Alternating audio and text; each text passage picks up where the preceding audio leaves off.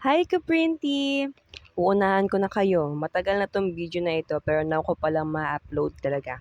Shoutout sa'yo Miss J, sorry na.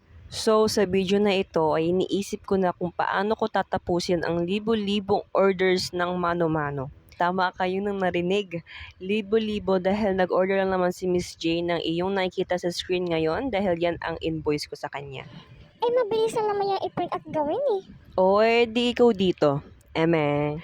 Sa mga hindi nakakaalam, ang printer ko po is Brother DCP T520W and almost 3 years na po siya sa akin. Kapag special paper po or photo paper ay sa likod po siya ini-insert kagaya po na nakikita nyo po sa video.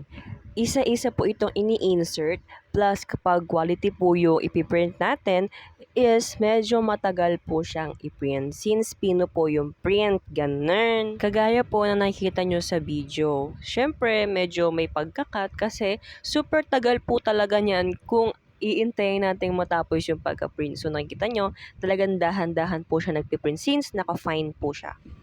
Bakit mo kasi tinanggap ang order? Alam mo naman palang hindi mo kaya.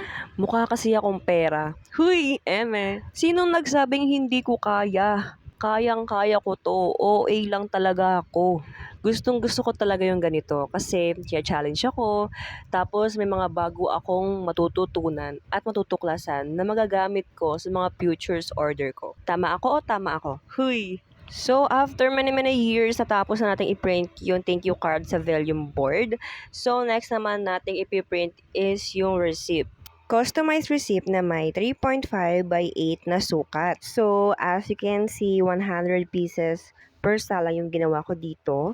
Dahil medyo mabilis naman itong process na to compared doon sa pinrint out natin na volume board yung gamit natin. Dahil here, is hard copy na lang po siya na bond paper. Ang ganda yung pagmasdan or panoodin, no? Parang ang bilis lang niyang gawin. Pero naka-timelapse lang po kasi siya.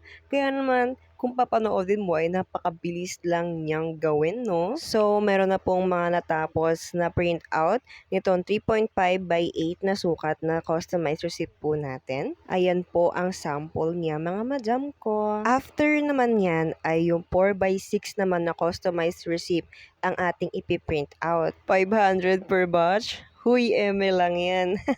Baka umiyak na yung printer ko pag ginawa ko yan. 100 pieces per batch pa rin po yung ginawa ko dito sa 4x6 na ating customized prints po ngayon. After many years, natapos ding ma-print out lahat ng customized receipt natin mga be at ganyan siya kakapal. Actually, yung piniplex ko is ito yung 3.5 by 8 dahil nawala yung clip ko ng 4x6. Bongga. Overall, natapos lahat ng print out sa video na ito. So, abangan nyo na lamang yung part 2 ng video na ito, yung karugtong na video para sa cutting and etc. Thank you so much sa pagtapos ng video na ito. See ya, ka-Printy!